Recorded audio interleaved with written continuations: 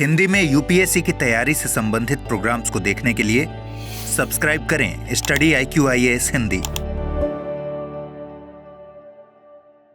Hello दोस्तों, स्वागत है आप सबका स्टडी IQ-IAS हिंदी पे। मैं ललिता दहिया। दोस्तों, आज की कक्षा में हम संक्षिप्त चर्चा करेंगे कि IAS बनना है तो किन बातों को ध्यान रखना जरूरी है। यहाँ पे मैं 5 बड़े बिंदु बताऊंगी जो अक्सर स्टूडेंट गलती करते हैं जब वो यूपीएससी की प्रिपरेशन शुरू करते हैं। तो ध्यान रखिएगा, सबसे पहला काम आपको करना है कि आप लोगों को यूपीएससी की जब तैयारी शुरू करनी है तो सबसे पहली प्राथमिकता ही आपकी होनी चाहिए कि आपको अपना पूरा सिलेबस अच्छे से देखना है, ठीक है, उसको समझना है और इसको एकदम कंठस्थ कर लेना है, इसको याद कर लेना है। आपको आपका सिलेबस याद होना चाहिए।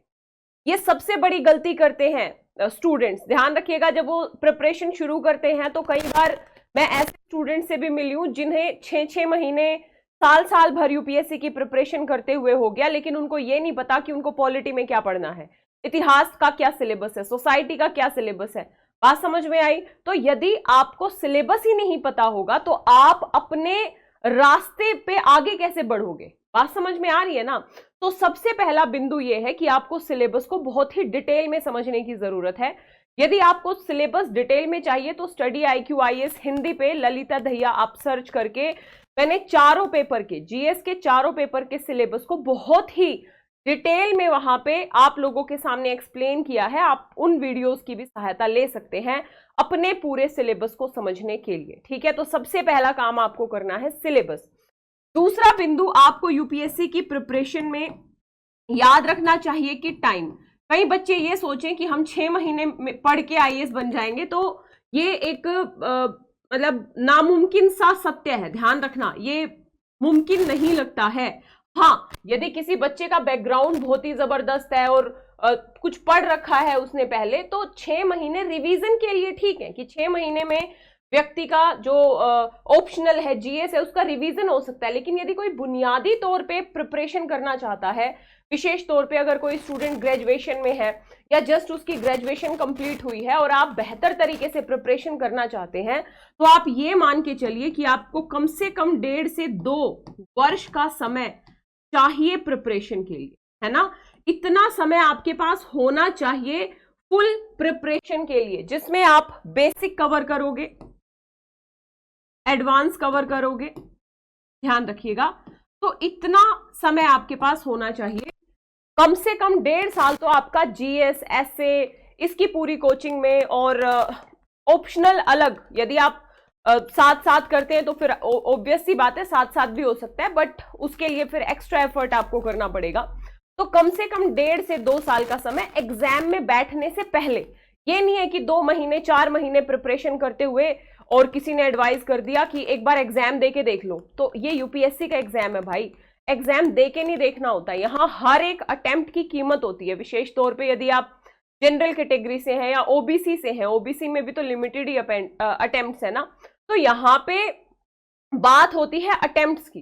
तो ये नहीं करना है। और एक बार यदि आप अटेम्प्ट्स के दुष्चक्र में फंस गए, पीटी दोगे, 4 महीने पढ़ के नहीं होगा, उसके बाद बिना बात शौक मनाओगे, होना तो वैसे भी नहीं था लेकिन शौक मनाओगे क्योंकि सपने बड़े बड़े देख लेते हैं कि हम तो हमेशा टॉपर रहे हैं स्कूल में, हमारा तो हो ही जाएगा, है ना। लेकिन 4 महीने पढ़ के नहीं होता है। यदि आप बिल्कुल आपकी बेसिक से प्रिपरेशन 4 ही महीने हुई है तो ठीक है। उसके बाद फिर मेंस की तैयारी नहीं हो पाएगी, फिर अगला पीटी में बैठोगे, तो एक दुष्चक्र सा चल जाता है। इसलिए एक बार तसल्ली से कम 1.5 से 2 साल का समय दे दो।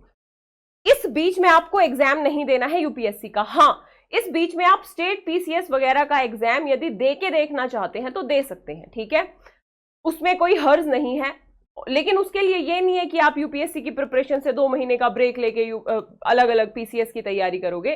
5-10 दिन की बात अलग है कि 5-10 दिन कुछ स्टेट स्पेशल पढ़ लिया, करंट अफेयर पढ़ लिया, लेकिन यूपीएससी की तैयारी में आपको कम से कम 1.5 से 2 साल का समय लगेगा ही लगेगा, इसमें कोई डाउट नहीं है, ठीक है। ध्यान रखिएगा, तो समय आपको ध्यान रखना है। तीसरी बात, समग्र प्रिपरेशन।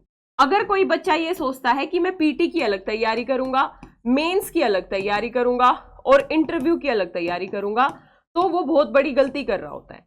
यूपीएससी की पूरी तैयारी समग्र होती है, आपको एक साथ अपने पूरे सिलेबस को कंप्लीट करना होता है। हाँ, इतना सही है कि जब आप एक बार बेसिक से लेके एडवांस लेवल तक की कंप्लीट प्रिपरेशन कर लेते हो और जब आप पीटी देने वाले होते हो तो पीटी से पहले के जो शुरुआती 4-5 महीने हैं, मतलब लगभग आप 4 महीने मान के चलिए, वो आपको स्पेसिफिकली पीटी पे देने होते हैं, है ना। उसमें फिर आप मेंस ना भी पढ़ो तो चलेगा, 100% पीटी स्पेसिफिक होना पड़ता है। मुख्य परीक्षा में 100% मेन स्पेसिफिक होना पड़ता है, कोई ऑप्शन ही नहीं है। लेकिन ये समग्र तैयारी आपको कम से कम इस 1.5-2 साल में पूरा सिलेबस कंप्लीट करना होगा। आपको आंसर राइटिंग करनी होगी, जिन बातों की बात बता रही हूं, तो समग्र प्रिपरेशन करनी है। अलग से पीटी मेंस इंटरव्यू की अलग प्रिपरेशन नहीं होती। इंटरव्यू तो फिर पीटी और मेंस के नॉलेज का ही एक प्रेजेंटेशन है ना, वो तो फिर अलग मुद्दा है। मैं यहाँ पे स्पेशली पीटी और मेंस की यदि बात करूं तो समग्र प्रिपरेशन आपको करनी पड़ेगी, ठीक है। तो ये जो धोखा है इसे निकाल दो दिमाग से, एक साथ प्रिपरेशन करो। हाँ, एग्जाम से पहले आप स्पेसिफिक हो सकते हो। तीसरा मुद्दा है रिवीजन। कई बच्चे पढ़ते चले जाते हैं, ठीक है, पढ़ के भी आते हैं, क्लास भी करते हैं, लेकिन रिवीजन नहीं करते हैं। तो जब रिवीजन नहीं करोगे ना, आज भाई मानव मस्तिष्क है, ठीक है, कितना भी आप इंटेलिजेंट हो, हमेशा आपको एक समय पे आप भूलने की प्रवृत्ति होती है इंसान की। तो आपको समयबद्ध तरीके से रिवीजन के लिए स्पेशल टाइम निकालना जरूरी है, अनिवार्य है। आप वीकली, आप 15 दिन में कर लो, आप महीने में पूरा जो पढ़ा है 3-4 दिन कि अब 3-4 दिन मुझे बस इतना जो मैंने पिछले 1 महीने में पढ़ा है वो रिवाइज करना है। महीना थोड़ा ज्यादा हो जाता है तो हर 15 दिन में आप 2 दिन निकालो रिवीजन के। तो ये रिवीजन बहुत ज्यादा जरूरी है। और अक्सर बच्चे गलती करते हैं कि वो पढ़ते चले जाते हैं और पिछला भूलते चले जाते हैं। ध्यान रखिएगा, जब रिवीजन करते रहते हो तो आपके जो टॉपिक्स हैं वो बेहतर तरीके से कंप्लीट होते जाते हैं। और रिवीजन करने के अलग अलग तरीके होते हैं। आप डिस्कस करके रिवीजन कर सकते हो, किसी को सुना दो, ठीक है। आप पॉजिटिव ग्रुप बना सकते हो, लेकिन ये ग्रुप 10-20 लोगों का नहीं होना चाहिए, 3-4 लोग जो बिल्कुल डेडिकेटेड हैं, जुनून है जिनमें अपने लक्ष्य को प्राप्त करने का। ऐसे सर्कल का 3-4 लोगों का ग्रुप हो, 15 दिन में कुछ वो पढ़ के आए, कुछ वो पढ़ के आए। तो इस तरीके से भी ग्रुप डिस्कशन वगैरह के माध्यम से भी रिवीजन आपका हो सकता है। साथ ही अब मैं बात करूंगी पीटी की। सबसे पहले पीटी में अक्सर बच्चे गलती करते हैं, केवल किताबें पढ़ते रहते हैं, कंसेप्ट्स क्लियर करते रहते हैं, जो कि अनिवार्य है। किताबें पढ़े बिना, कंसेप्ट्स क्लियर किए बिना पीटी नहीं होगा। लेकिन पीटी के लिए एक अनिवार्य शर्त है एमसीक्यू एंड पीवाईक्यूज, पिछले प्रीवियस ईयर क्वेश्चंस।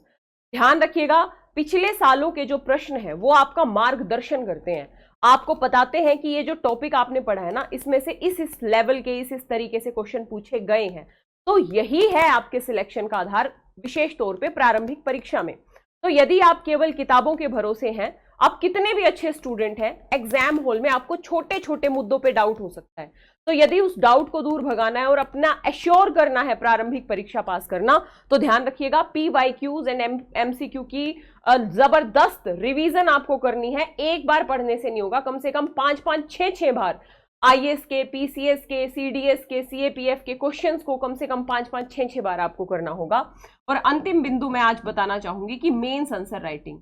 कई बच्चे बहुत पढ़ते हैं लेकिन आंसर राइटिंग से हमेशा घबराते रहते हैं। हम जब बैचेस में बच्चों को पढ़ाते हैं तो गिने चुने बच्चे ही आंसर राइटिंग करते हैं। लेकिन एक बात ध्यान रखिएगा, जो बच्चा मेहनत करेगा, सही दिशा में लगातार आंसर राइटिंग करेगा, उसका सिलेक्शन कोई नहीं रोक सकता। मतलब संभावना इस बात की ज्यादा है कि उसका सिलेक्शन होगा, क्योंकि उसने सही तरीके से मेहनत की है। अब आप कितना भी पढ़ लो, लेकिन यदि आपको लिखना बेहतर तरीके से नहीं आता है तो मेंस क्वालिफाई कैसे होगा। आपको 3 घंटे में 20 क्वेश्चंस लिखने होते हैं, आपकी स्पीड अच्छी नहीं है, आपके पास पॉइंट नहीं है लिखने के, ठीक है, आप बेहतर तरीके से क्वेश्चन की समझ बेहतर तरीके से नहीं बना पाते, तो बहुत मुश्किल हो जाएगा मेंस क्वालिफाई करना। तो इसलिए आंसर राइटिंग पे फोकस करना है। अब यदि मैं बात करूं कि अगर आप अभी 2025 में, 26 में, 27 में, कई बच्चे आप में से हो सकते हैं कि 2027 में अटेम्प्ट देंगे, तो ऐसे बच्चों के लिए स्टडी IQ IAS लेके आया है प्रतिज्ञा प्लस बैच। इस बैच की शुरुआत होने जा रही है 29 सितंबर से। ये एक ऐसा बैच है जिसमें ये P2I बैच है, जिसमें पीटी, मेंस और इंटरव्यू हर एक स्तर की समग्र प्रिपरेशन कराई जाएगी। ध्यान रखिएगा, 13 से 14 महीने में आपका सिलेबस कंप्लीट हो जाएगा। PYQ की practice, PT test series, mains test series सब कुछ इसमें इंक्लूड है। इसके साथ ही डेली आंसर राइटिंग प्रैक्टिस भी इस बैच में इंक्लूड है। तो देर किस बात की, फटाफट जाइए स्टडी IQ की ऐप या वेबसाइट पे, या इस वीडियो के डिस्क्रिप्शन बॉक्स में लिंक दिया होगा, उस लिंक पे जाना है, कोड यूज करना है LDLIVE, LD live. LD live code के साथ फिलहाल आपको अच्छा खासा डिस्काउंट मिल जाएगा।